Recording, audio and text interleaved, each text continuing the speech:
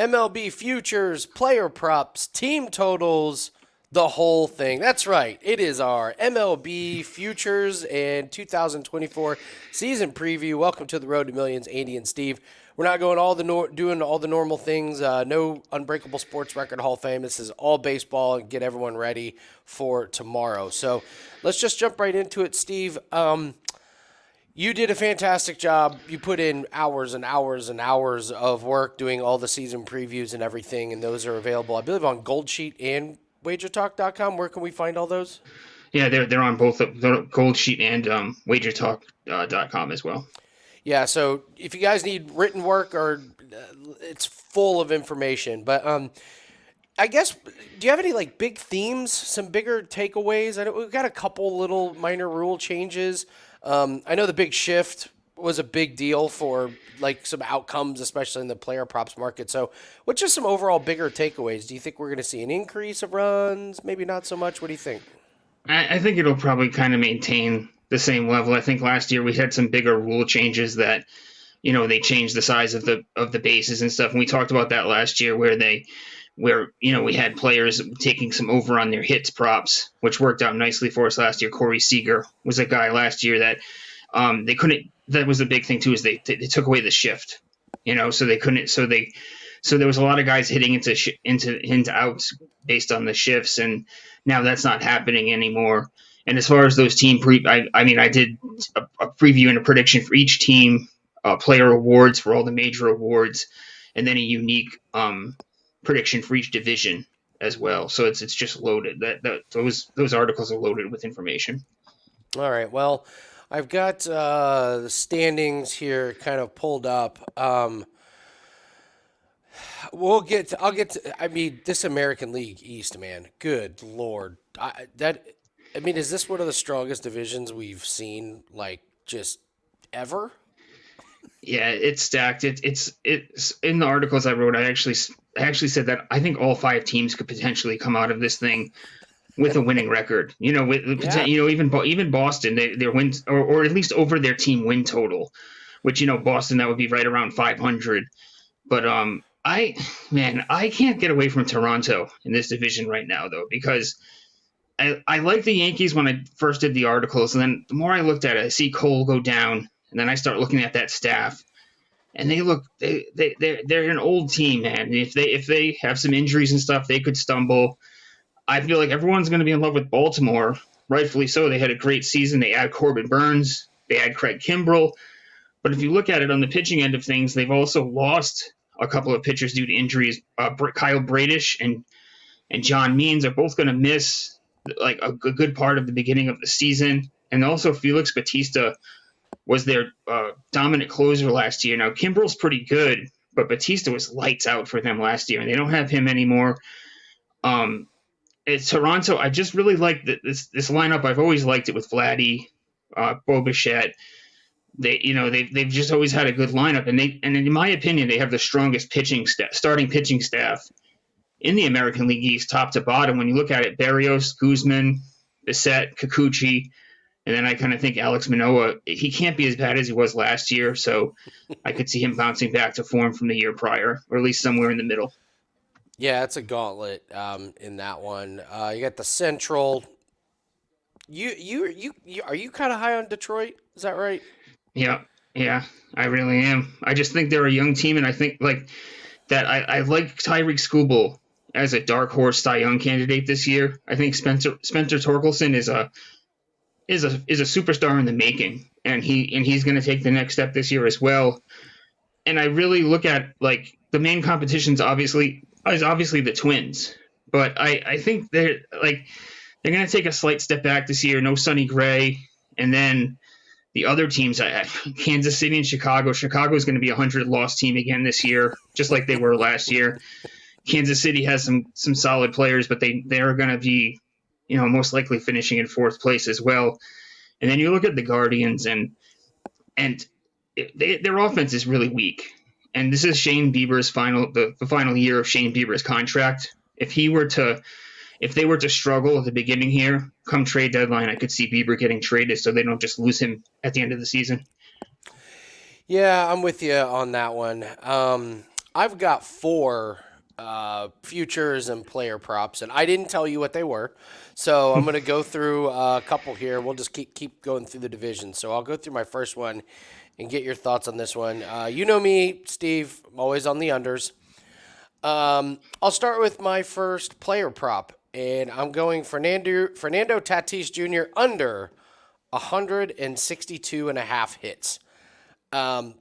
This is a guy who has never done this. His highest hit total in his career is 148.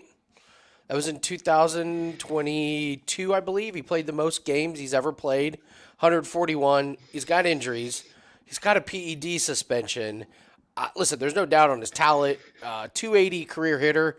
He's going to have to play 148 games and hit 280, which he's never done. He's never done that combination.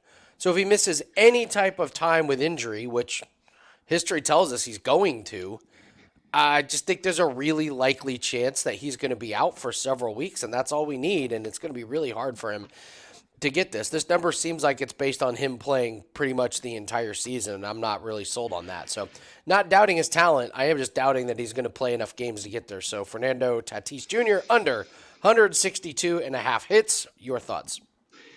I like it based on the injury factor. He does get hurt a lot, and it's going to be tough for him to make it through the entire season. So, and like you said, he hasn't done it before. So if he hasn't proven it in the past, and I mean, I'm with you on that one. I like that under. That's a sneaky one. I just feel like with some of these big name guys, all it takes is one tweaked ankle, a little pulled muscle, and all of a sudden they're out for 3 or 4 weeks, and you're like, God, how did we? Like, there's no way they're gonna get there. So, all right, let's keep going through one of these divisions here. Let's take a look at the West here. You got the Astros, the Rangers, and then you got the Athletics. They're going to be fighting it out for the worst record in the league. Angels, could the Angels sneakily just be horrific? Like, not just bad, but horrific. Like, really, really bad. This is a team we've picked on a lot, and just you can't the loss of Otani. I mean, take away those numbers from that lineup, and we've just talked about this before. The protection factor, where he was protecting Mike Trout. Now Mike Trout's going to be relying on Anthony Rendon to protect him, who's been basically, the worst free agent signing in the past 5 or 10 years, probably. So he's older now. He had some great years with the Nationals, but he can't stay healthy. This lineup is pretty anemic, and I don't have a lot of faith. They have a couple of solid pitchers, but not enough to keep them from being this team. To me, is the division really shapes up pretty easy to me. Not easy because the top of the division is a little tougher, but Oakland's last, Angels are fourth, Seattle's third, and I think a sneaky play here is actually it's called the division trifecta. You're picking like the top 3 teams in the specific order, and you can get Houston, Texas, Seattle at plus 300. Wow. It's actually a play I wrote up for, like, when I said I had kind of like a unique divisional play. I was looking for something like not just every one of them. Oh, this team's going to win the division. I was looking for some unique stuff, and I think that Houston, we always find them on top of the division. Obviously, Texas is a big threat, and I just think Seattle's actually a really solid team that they'll be fighting for a wild card throughout the year, and I think they land in third place there. Nice. Let's see. You got any specific future plays? I know you've mentioned a couple, but you got any real specific ones you like? Yeah, I have actually. I'll go with a player prop since you just did. Going to our buddy Bobby Witt Jr. We had a lot of fun with him last year, and he got the big contract extension. A lot of fun. That guy single-handedly murdered us like 6 or 7 times. Absolutely killed us. But you can get his 30-30 season for plus 130 right now. And if you look at, he's had 2 seasons. He hit 20 and stole 30 in his first season. Then last year he hits 30 and he has 49 stolen bases. I mean, he's like a kind of almost like a near, if he stays healthy, near lock to go over the stolen base end of things. And I just think you look at him, he's just getting better and better as these seasons go on. 20 and 30 home runs. Look for him to take that next step, maybe get to 35 this season. I swear 3 of our losses were specifically because of him. Not like, oh, he played well, but like oh, he went 4 for 4 with 2 home runs and 6 RBIs, and we lost 5-4, or and it was mind blowing that anybody would pitch to that guy. Like, like that's what blew my mind. It's like there's nobody else around him. Nobody. Why would you throw him a strike? We talked about that last year. Like, why? Yeah, why were they? So many times we were like, why are they pitching to him right now? Just walk him and just he was just lighting it up. But I think that at plus 130, it's a pretty solid prop. Like it. Like it. All right. Well, let's. I'll give you one of my. I'll give you my. I'll give you a. I'll give you a team total here. I'm out on your Red Sox, man. I'm going under 77.5 wins. I don't see it with you guys. 78 and 84 last year. I think you got a little worse. Injuries galore. And I got to tell you, it's just something that doesn't really show up in the stat sheet. I did want to ask you about this. There is like all kinds of bad energy, momentum. Like your ownership group is basically just pretty open. Like we're just gutting the team to save as much money as possible. Yeah. I cannot believe there's any like excitement for the Red Sox seasons where you guys are. I mean, the diehard fans are probably a little bit excited, but like realistically, this has just got to be a real bummer for you guys in that area, right? Yeah, it is. It's tough to see, the team being projected to be last place on a kind of a yearly basis now the past couple of seasons. And they get rid of Chris Sale. They had Giolito, then he goes down with an injury. He's done for the year. The one thing I'll say is they'll score runs. They always score runs. You know what I mean? Because of that, it's that AL East factor. Those hitting parks, Fenway Park, Camden Yards, Yankee Stadium. These teams thrive. And Tampa Bay is not the greatest hitting park, but generally when they're playing at home or against their division, they're playing in a park that's hitter friendly. So they'll score runs. They'll make some of the games interesting. But you're right. I guess I'm kind of just hopeful that they can get over the hump to get over that win total. But it's not even that great of it's a losing season in Boston is not something that is going to make fans happy. Yeah, and the real big thing for me is just the division. I mean, there's just no easy wins. Like any time you're facing anybody in that division, like how many times is Boston going to go into an AL East matchup and be like, oh, we're favorites, or oh, we should win this one? It's just like even the bullpen games are just going to be tough. So yeah, I have the Red Sox under 77.5 wins. It just. The owner, are the owners rooting against them? Like it just feels like it's like when you don't have support coming from up top. Like I don't really see the results. So feels like it's an uphill battle. So I'll take them on the under. That is a good point. They're going to be an underdog in almost every divisional game they play because I went over all the other teams, but even Tampa Bay. Every year you look at it and they don't the roster really just doesn't impress you. But then the pitching staff is lights out. Always every season, no matter who's on, and they added some guys, they always just seem to retool and find a great starting pitching staff. So you are right, there aren't going to be many games, and especially with the Red Sox pitching. It's horrific. I mean, especially the starting. It's not a lot of it's going to be a bleak season in Boston. Yeah, Tampa Bay, I mean, they are like the zombies. Like you're like how are they all awesome again in pitching? Every year, man. Yeah, every year they're just rolling out aces and all that. So, let's go through.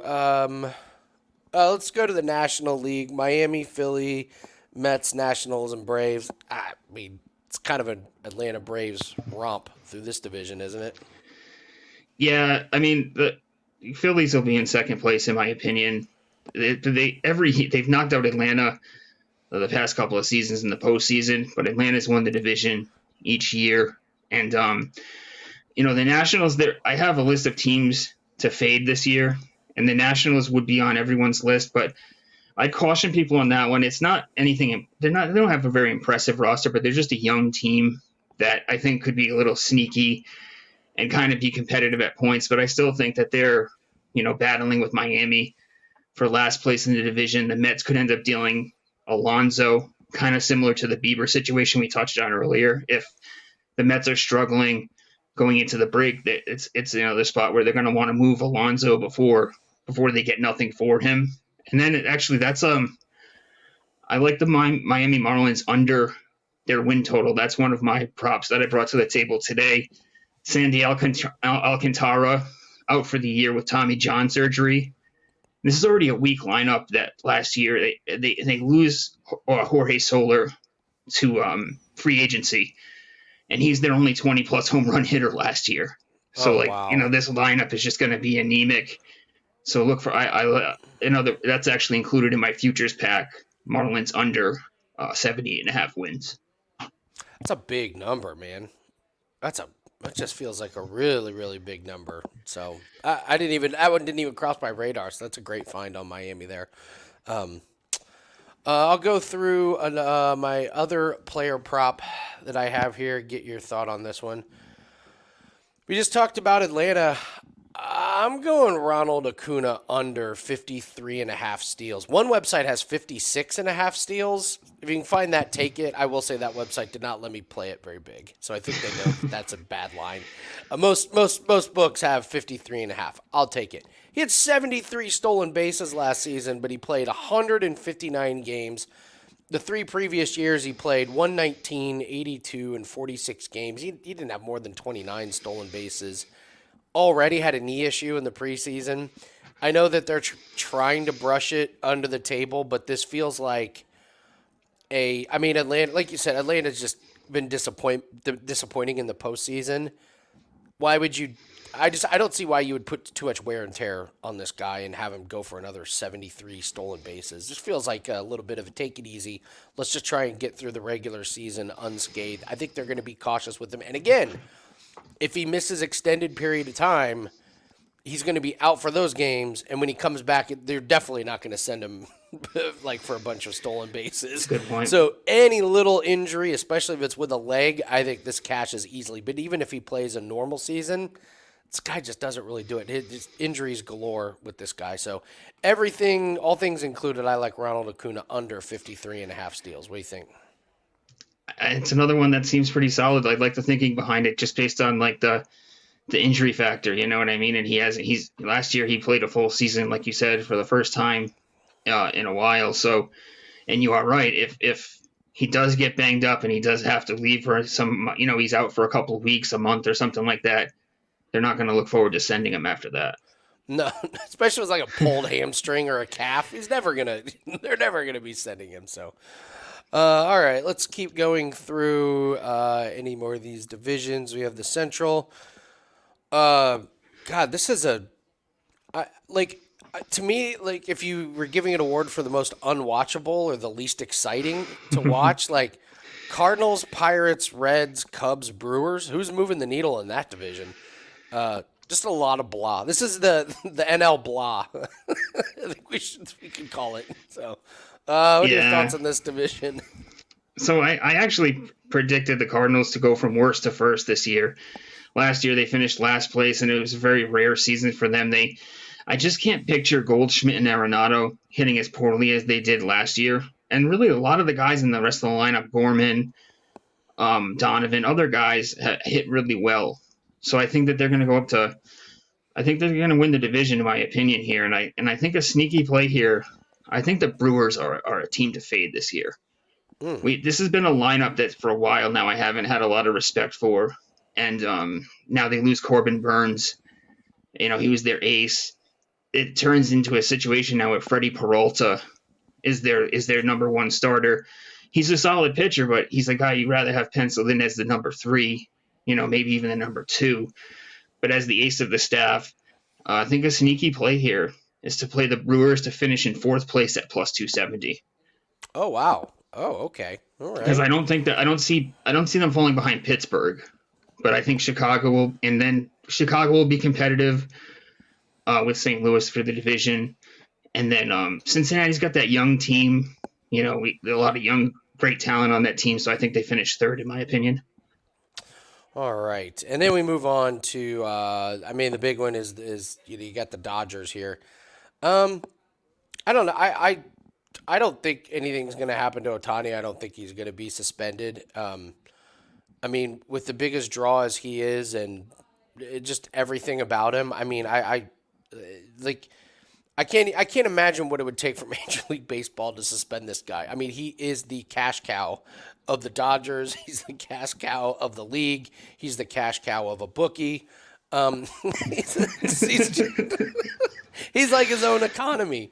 So I Pretty don't think much, right? I don't think he gets I don't think he gets suspended or anything.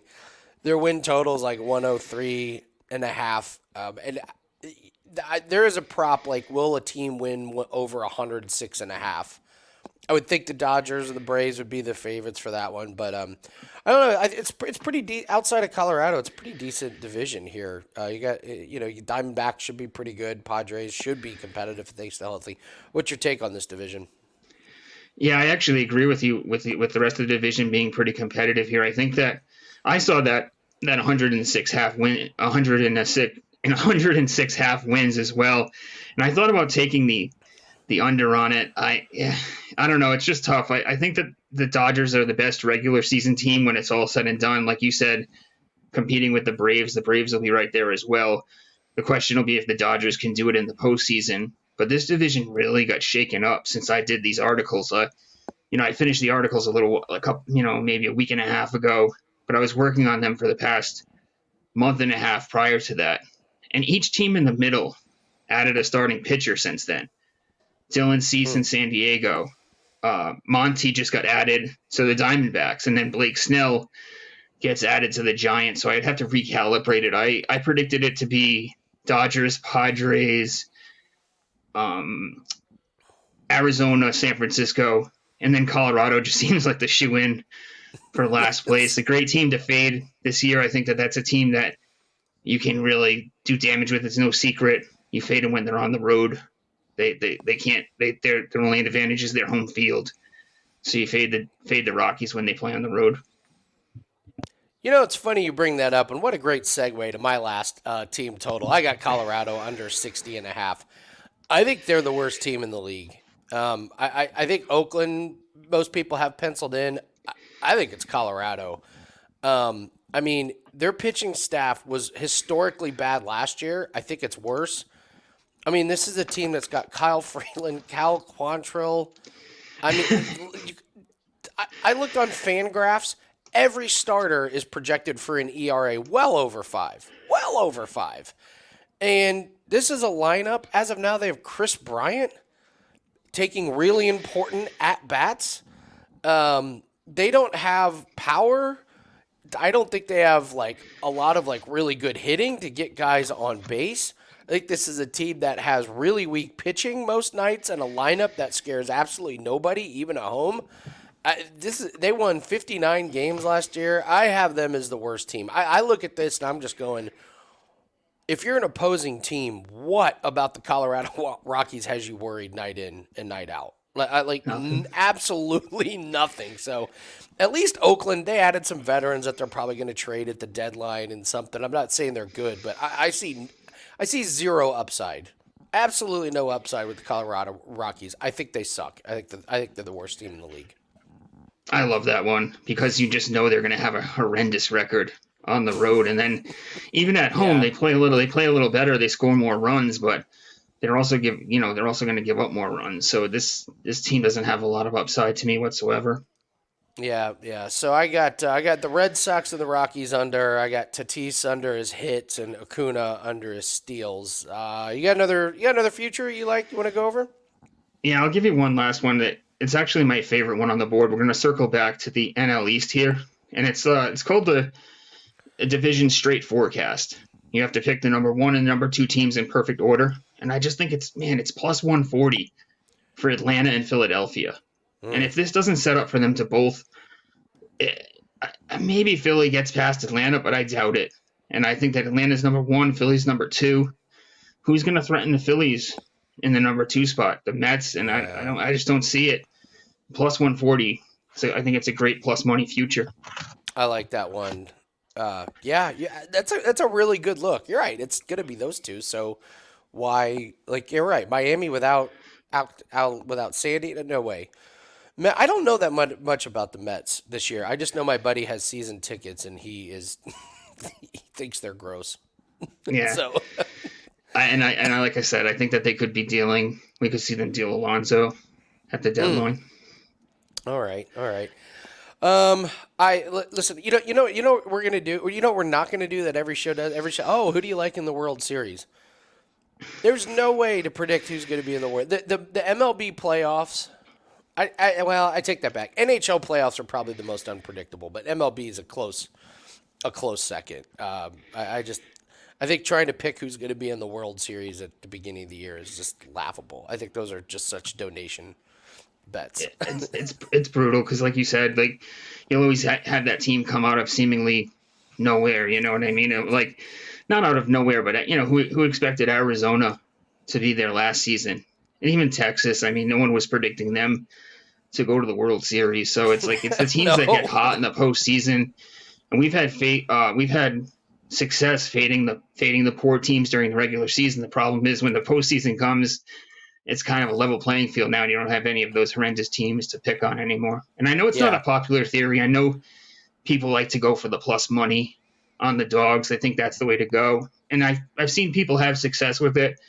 But I think the way you got to do it is you got to pick a block of games, 10, 20 games to fade a team and stick with it like we have in the past. Because even when the pitching matchup isn't in your favor, now the money goes into your favor, So, and even if you got to play the run line sometimes to lower that chalk a little bit. Yeah. Let's talk about some let's talk about some theories on how to play baseball. Yeah, you and I have had success where it's just betting against the really gross team as opposed to betting on like the Dodgers all the time. I mean, I know the Braves that went through a huge stretch where they were just run line machines. Like it was like there's no reason to take them on the money line. Just take them on the run line. But who are some teams? I'll go through. Oakland, of course, and Colorado, like you said, on the road. I kind of feel like at its most simplistic way to look at baseball, I feel like if I fade Oakland in most of the right spots and Colorado on the road, I could probably just not do anything else and end up ahead. I really feel like I could spend maybe a total of 3 hours doing handicapping for the entire season and end up and end up ahead because I made this joke with Joe Ranieri last year. I was like, I have a love-hate relationship with betting baseball. Like on one hand, you and I finished number one at WagerTalk a couple years ago, but then on the other hand, you could literally go like through 8.5, 9 months and spend days and days and hours, and then at the end of the year, you're up 1.4 units. And you're Yeah. like, why did I just spend all that time to end up 1 unit? I could have gotten a part-time job at my local Domino's. I could have delivered one pizza and ended up being more efficient. So, yeah, I Colorado Rockies on the road, Oakland Athletics, and then I'll probably look at some player props that emerge throughout the season. But I don't know. I think I may just keep it very, very simple, stupid this year. What are you looking at? I'm in lockstep with you on those two teams, but I would add the White Sox. I have the Angels are a fade team to me this year. I talked about not being high on Milwaukee or Miami. Those are fade teams to me. A little, obviously, they're kind of like second tier fade teams. And again, I think the Nationals are a team that people will gravitate towards as far as a fade. But I think that just the young talent there, I think that they could emerge and kind of not they're not going to be great, but they could just be kind of one of those feisty teams that's a thorn in some of the other team's side. Yeah, yeah. Oh well, I'm going to be rooting against some bad teams because I do feel like that's a pretty good way. I will say the books may be already on to how bad the Colorado Rockies. I think on opening day they're minus 245, or they're the Diamondbacks are minus 245. Like, oh my god! So we don't even get we don't even get like a month of soft lines. They're just coming right out and being like, this team absolutely sucks. So I noticed that. I guess the other thing that we've done a pretty good job at is injuries to the bullpen. It's amazing how bad teams can get if they suffer a bunch of injuries to the pitching staff. I remember that happened to Arizona a few years ago, and what did they lose, like 22 in a row? Yeah, they were the fade, the darlings of the fade teams that year, 2 seasons ago. Yeah, yeah. So, all right. Anything else you're looking at for this season, or I think we got our futures and we got our plans in place, right? Yeah, pretty much. I mean, as far as player props go throughout the season, I might be looking at some hits plus runs plus RBIs props as opposed to total bases. Seem to have more success with those based on the sacrifice flies, players that can score a bunch of runs. So I might be looking towards some of those props as well. Nice, nice. Go ahead and what do you have up and where can we find you at? I think you've got an MLB special going, right? Yeah, I have a MLB special. You can get 2 months for the price of one. You get April and May for $189. It includes my futures pack. We touched on some of those plays, but I didn't give them all out today. The futures pack by itself is $25, but that package breaks down to only $3 a day. You get the first 2 months of the season. I've been strong in the MLB, and then I also have the code SS3day. You get a 3-day pass for $29, and I'm in action in the NBA tonight. Love it, love it. Guys, if you could, please hit the like button, leave us a comment, tell us your best bet for the MLB futures. Love to see what your guys' future bets are. That is going to do it for us, and we'll be back next time on Road to Millions. Good luck on all your bets. Don't forget to lock in those futures before the games start on Thursday. We will see everyone later. Good luck, and have a great night. Good luck this season.